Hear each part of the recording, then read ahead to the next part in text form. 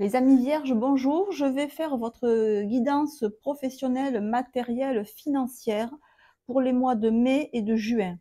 Donc ce tirage peut vous intéresser si vous êtes du signe de la Vierge ou si vous avez votre ascendant ou votre signe lunaire en Vierge. Vu que c'est une guidance générale, ce que je préconise, c'est que vous écoutiez les 5-6 premières minutes de la vidéo. Si ce que je dis ne vous parle pas, si ça ne résonne pas avec ce que vous vivez, ce que vous ressentez à l'heure actuelle, c'est que ce tirage n'a pas de message pour vous. Dans ces cas-là, il vaut mieux quitter la vidéo. Ce sont des guidances générales qui ne peuvent pas parler à tout le monde. C'est inutile et absolument pas positif de forcer les tirages. Ceci étant dit, donc, on va voir pour les personnes qui sont influencées par le signe astrologique de la Vierge, pour les mois de mai et de juin, quels sont les conseils, quelles sont les guidances, quels sont les messages dont ils peuvent avoir besoin pour avancer sur leur chemin de vie avec facilité, joie et gloire. On va voir quelles sont les énergies qui vont être sur vous, les vôtres, les énergies que vous allez avoir en face, les circonstances, autrui, et comment cela va s'arranger et va s'agencer au mois de mai et au mois de juin. Je vais tirer toutes les cartes, je mets la vidéo en accéléré et on se retrouve après pour en parler.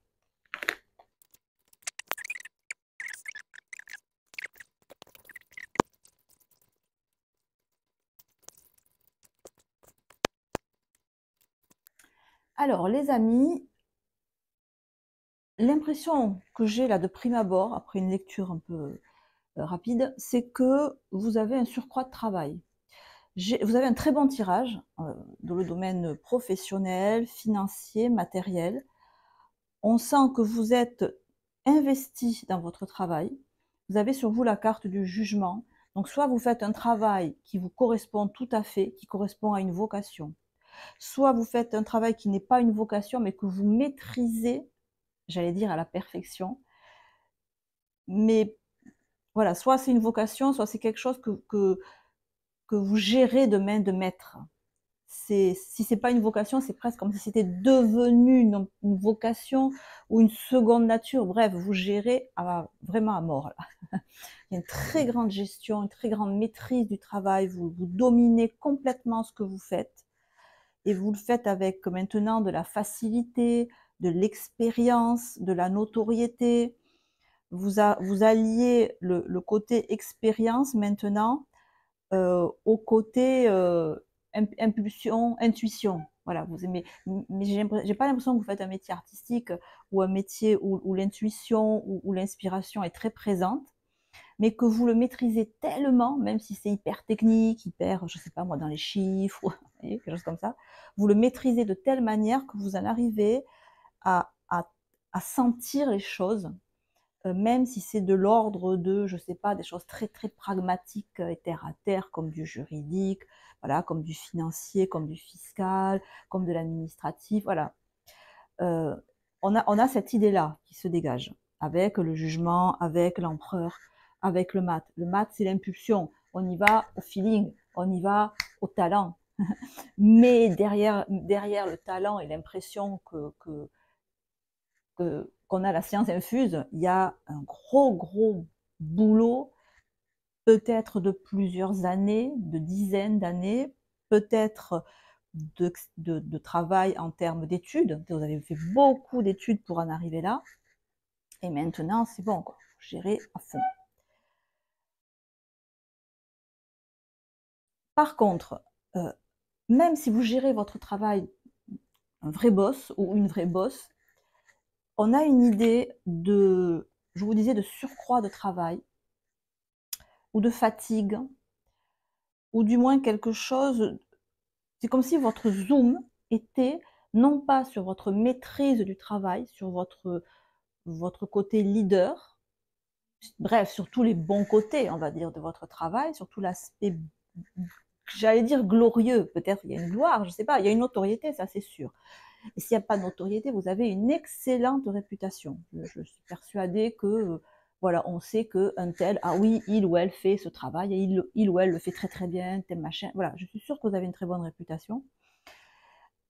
Et pourtant, vous voyez, l'ermite, il éclaire cet as de bâton à l'envers. L'as de bâton à l'envers, à côté du jugement, ça, vous faites le travail que vous voulez, mais pas exactement comme vous voudriez. Et je dirais même pas du tout comme vous voulez en ce moment. D'où ma première idée, peut-être un surcroît de travail, bouf, qui vous tombe dessus. Eh bien, il faut gérer. Et du coup, ça vous empêche de faire votre travail comme vous le faisiez d'habitude ou comme vous aimez le faire, puisque l'as de bâton est inversé. Et que ce 4 et que l'empereur tourne le dos à un 8 de bâton aussi inversé. Donc on a une idée ça fait un moment que vous devez sûrement soit assumer une tâche de travail en plus de la vôtre peut-être. Donc vous vous dites, ben, j'en fais déjà assez de ce qui m'incombe normalement, et en plus je fais le travail des autres. Et le 8 de bâton me dit que ça fait un petit moment que ça dure. Et le 8 de denier inversé, ça fait un petit moment que ça dure. Il est inversé, donc la situation n'est pas juste pour vous. Encore une fois, une idée peut-être de faire plus que ce que vous devez faire, de devoir endosser la responsabilité du travail d'autrui, d'autres personnes. Et en plus que c'est pas rémunéré. Ou que c'est pas, ou alors si c'est pas, même si vous êtes payé en plus, pour vous, ce n'est pas rémunéré à la hauteur du travail que vous fournissez en plus. Il y a une inadéquation entre la rétribution que vous pouvez avoir et la quantité ou la qualité ou les responsabilités que vous assumez. Et je pense véritablement que vous assumez des responsabilités parce qu'en face de vous, on a une maison de Dieu inversée avec un 3 de coupe inversé. Si c'est dans le contexte du travail, il y a vraisemblablement des personnes en face de vous qui ont eu des problèmes de santé et qui se sont absentées. Alors, soit des problèmes de santé, soit des problèmes de dépression nerveuse. On est avec un 3 de coupe inversé. Si ce n'est pas des personnes, c'est que la situation dans laquelle vous évoluez, si vous travaillez seul, elles se sont détériorées. Autant ça a pu être, peut-être à un certain moment, une atmosphère ou des conditions extérieures à vous qui étaient festives, agréables, propices à votre épanouissement dans le travail, propices peut-être que le marché dans lequel vous évoluez, le marché financier, était favorable. Voilà, il y avait des occasions, il y avait des opportunités, et l'argent, j'allais dire rentrer, il y avait de l'argent en face. Comme si maintenant, le marché dans lequel vous évoluez, ben, il y avait moins d'argent. Le marché était en déprime. Les actions que vous avez pu acheter en bourse, ben là, elles chutent. Ou alors, oui, elles sont moins cotées. Comment ça se passe en bourse? Alors, voilà un domaine que je ne connais pas, mais c'est comme si si vous avez investi dans certaines actions, autant au début elles ont pu être attrayantes, attirantes, avoir la cote du public, autant maintenant ces actions elles sont mal aimées et c'est comme si les gens les vendaient à perte peut-être. Et donc peut-être que vous avez perdu de l'argent. Je ne suis pas sûre que ça se passe comme ça en bourse, mais l'idée c'est ça. Donc quoi qu'il en soit, vous avec ce 8 de denier, là, il y a une idée de je dois travailler plus pour avoir moins d'argent qu'avant. Quelque chose comme ça. Ou du moins, l'effort que je dois faire, qui vous pèse, qui est un effort considérable, il ne vous permet pas de retrouver le confort au travail que vous aviez avant. Mais confort au travail, 4 de bâton inversé, ça veut dire faire son travail avec plaisir, ça veut dire évoluer dans des conditions matérielles avec joie, avec sérénité, avec une bonne entente autour de nous. J'ai de bonnes relations avec mes clients, j'ai de bonnes relations avec mes collègues, et ça, vous l'avez pas. Vous l'avez plus, en tout cas là pour l'instant, et on voit que ça vous tracasse, et du coup, ce travail, ça vous tracasse. Disons que ce travail que vous faisiez de manière agréable, de manière légère, même si c'est un travail lourd, en responsabilité, vous voyez, pas un truc drôle, quoi. Mais vous le faisiez agréablement, Et là, c'est plus le cas. Vous n'avez plus cette possibilité de le faire de manière fun, même si c'était pas fun. Et donc, du coup, voilà, l'ermite, il regarde cette tasse de bâton à l'envers. Vous allez travailler le matin. Ah, là, il n'y a pas le sourire aux lèvres. Voilà, je vais faire quelque chose qui me pèse, en fait.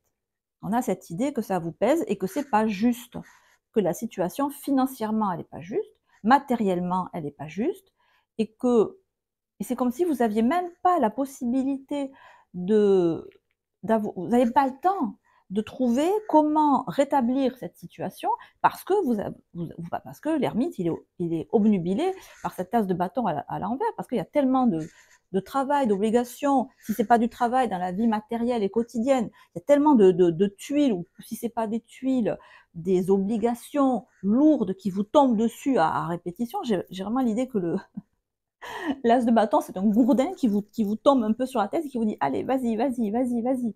Ça vous prend tout votre temps, ça vous prend toute votre énergie, donc vous n'en avez plus pour remettre la situation à l'endroit et pour la rendre plus conforme à un 4 de bâton. Et pourtant, on sent que vous en avez envie. Hein.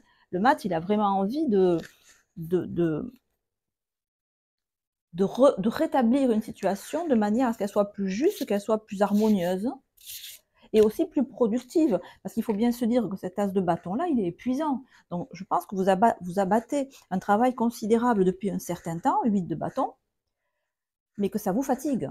8, parce que le denier, c'est aussi le corps. Donc, physiquement, je pense que vous accusez la fatigue du travail. Il y a une idée un peu d'usure. Et c'est ça aussi que nous dit le 8 de denier avec l'ermite, c'est que physiquement, vous avez besoin de souffler. Votre corps a besoin de récupérer de l'énergie considérable que vous êtes obligé de fournir à excès dans votre vie matérielle.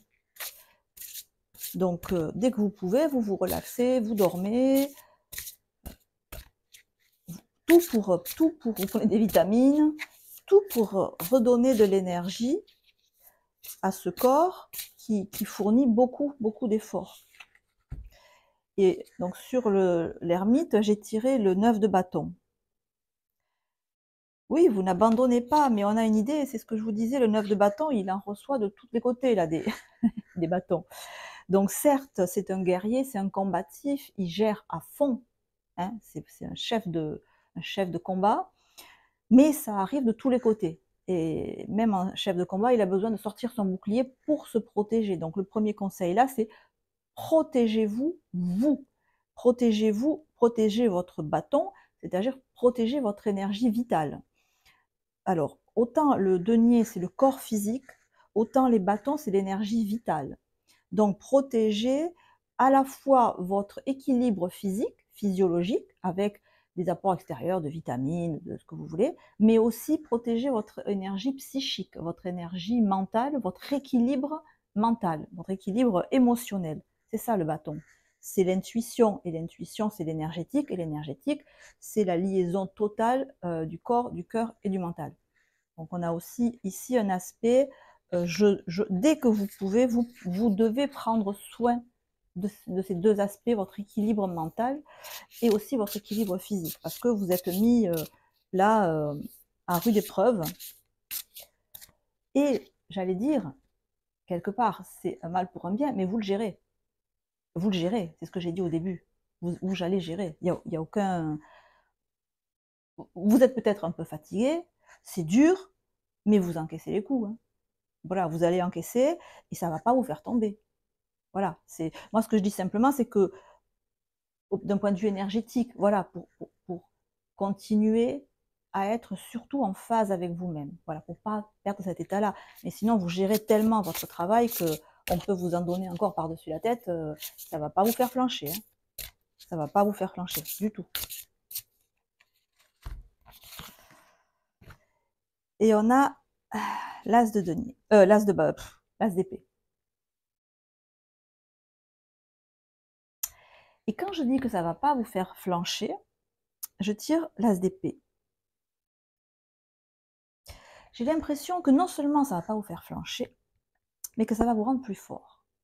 Mais pas plus fort sur le fond, parce que je pense que vous, encore une fois, je l'ai dit 15 fois, mais vous gérez, vous dominez à fond votre partie, mais ça va vous rendre plus sûr de vous.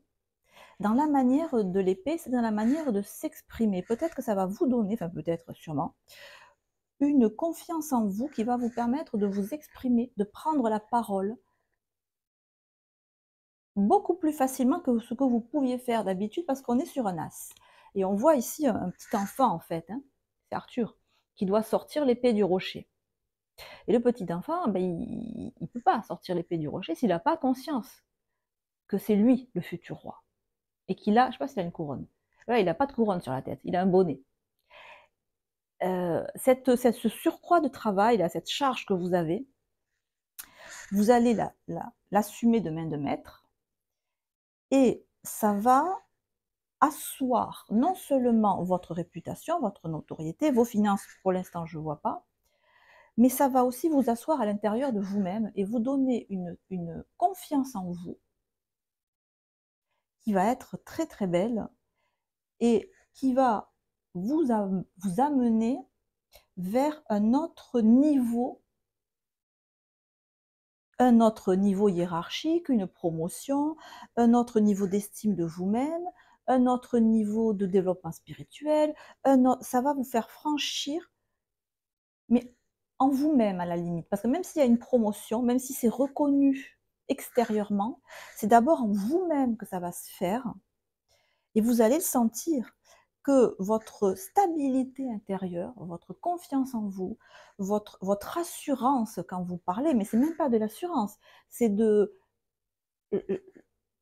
je m'exprime naturellement et j'ai en moi une autorité naturelle d'être un roi ou une reine. Donc, de donner des ordres qui n'en ont pas l'air mais qui en sont, donc de diriger comme un roi qui tranche, comme un chef d'armée, qui dirige au cordeau, mais qui n'en a pas l'air, parce qu'il incarne véritablement il incarne son rôle. Voilà, il n'est pas chef, il est né pour être chef, donc ça se fait naturellement. Voilà. Donc on sent qu'il y a des tâches à accomplir en grand nombre, mais on sent aussi que ça vous amène vers un chemin qui est extrêmement constructif à la fois pour votre équilibre personnel et pour votre environnement matériel et professionnel. Voilà les amis vierges, j'espère que ce tirage aura pu vous aiguiller, vous parler. Si c'est le cas, n'hésitez pas à liker. On se retrouvera donc à la toute fin du mois de mai, début juin pour les guidances générales du mois de juin. Pour l'instant, prenez grand soin de vous. Je vous embrasse. À très bientôt. Ciao, ciao.